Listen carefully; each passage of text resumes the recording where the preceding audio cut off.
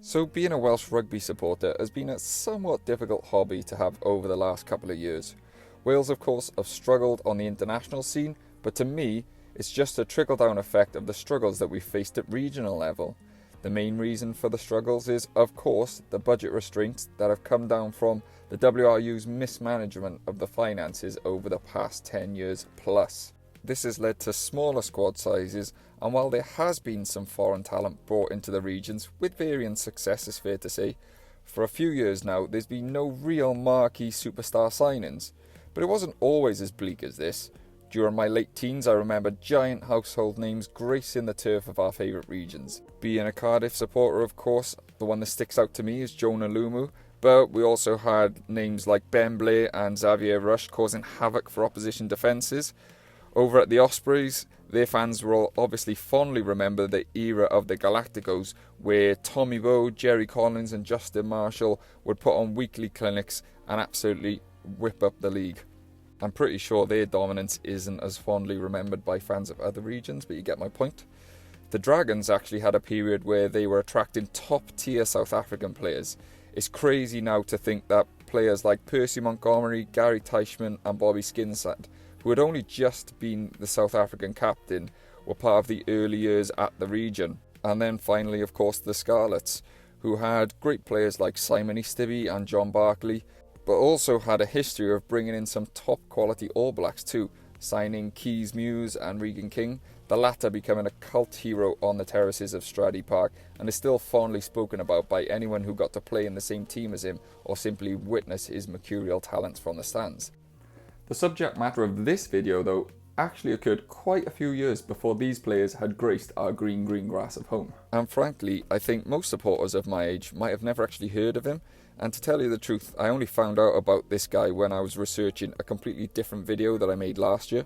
He's often regarded as the first Welsh Rugby superstar signing of the professional era, and that is All Black World Cup winner Frano Botica, who in many people's opinion, who were fans at the time, was regarded as one of the most misguided and controversial signings in all of professional rugby, and in fact almost brought to ruin one of Wales's most famous rugby clubs.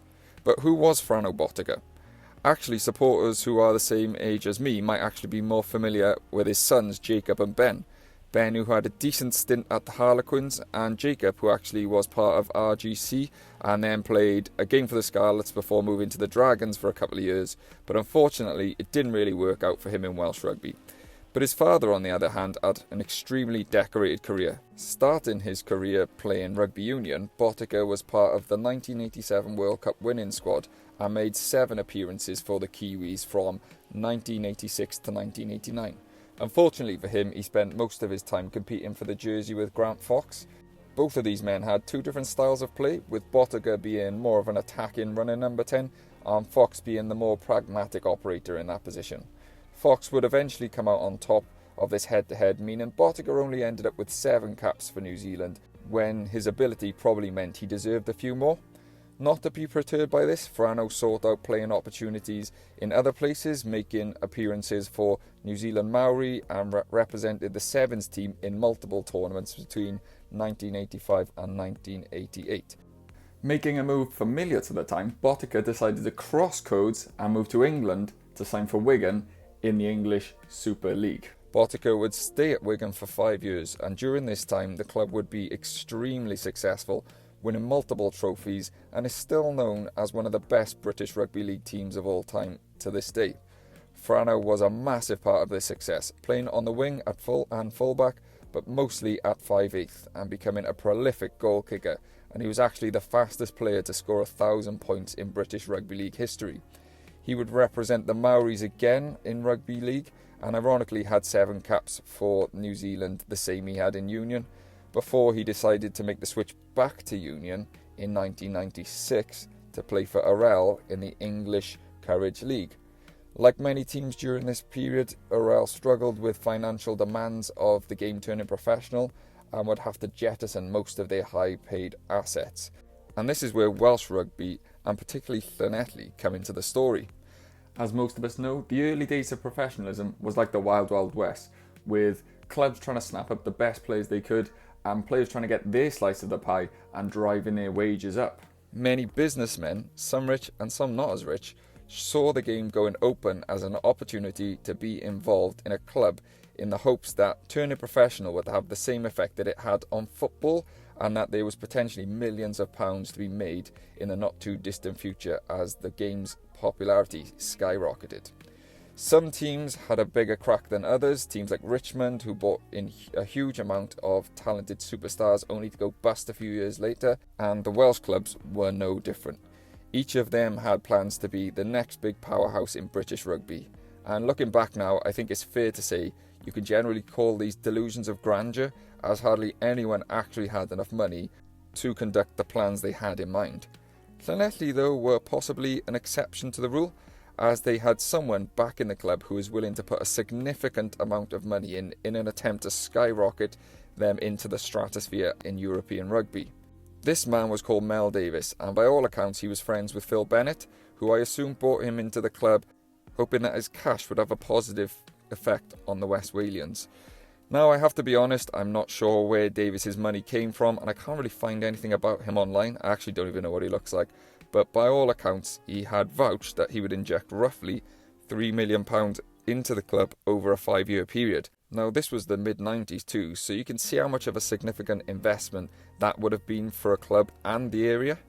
Welsh Rugby being Welsh Rugby, of course, they snapped up his offer, and before the money had hit Llanelli's bank account, they were already spending it, signing their first marquee signing, Frano Botica. Now, there are lots of rumours and figures that have been floated around this signing, but apparently Llanelli offered Capstrap, RL, something in the region of 60 to 80,000 for the services of the former All Black, and the general estimate seems to be that he would be getting paid around £200,000 a year, which is a pretty decent salary in this day and age, so back then it would have been eye-watering.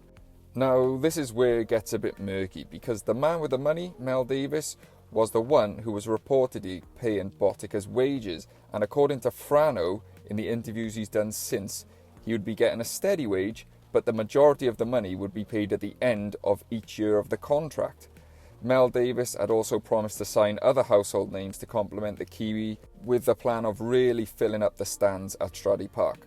So off to Llanelli Botica went, and happily ingratiated himself into the club and the local community.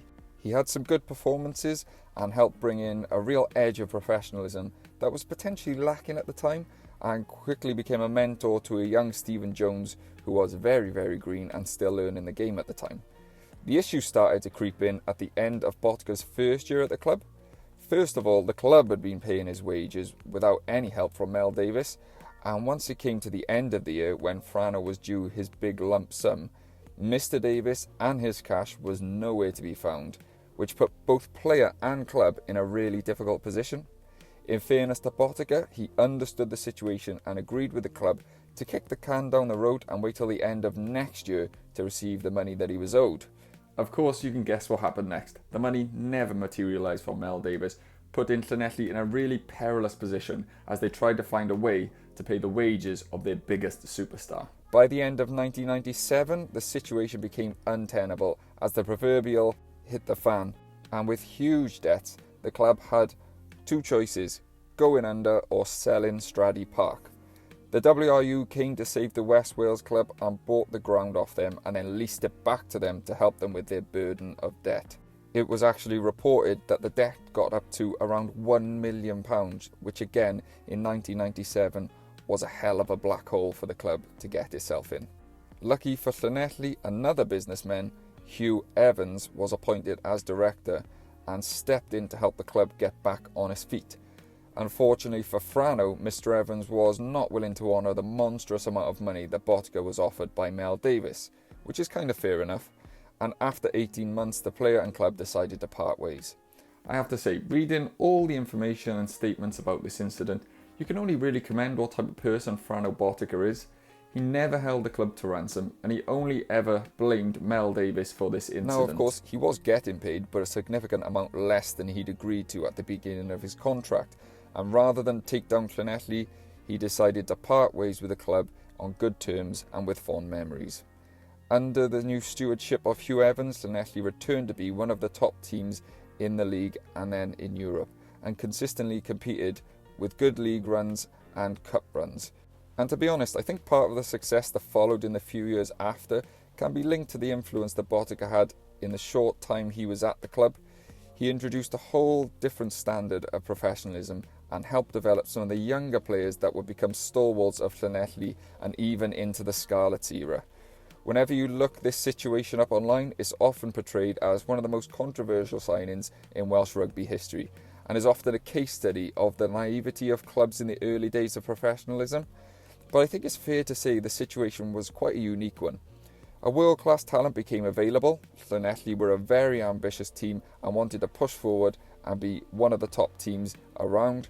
And then a businessman with some credible contacts in the club comes and offers you a deal that could see you realise the ambitions that you had over the next coming years. You can understand why the club went ahead with their plans without possibly doing some of the due diligence that they probably should have.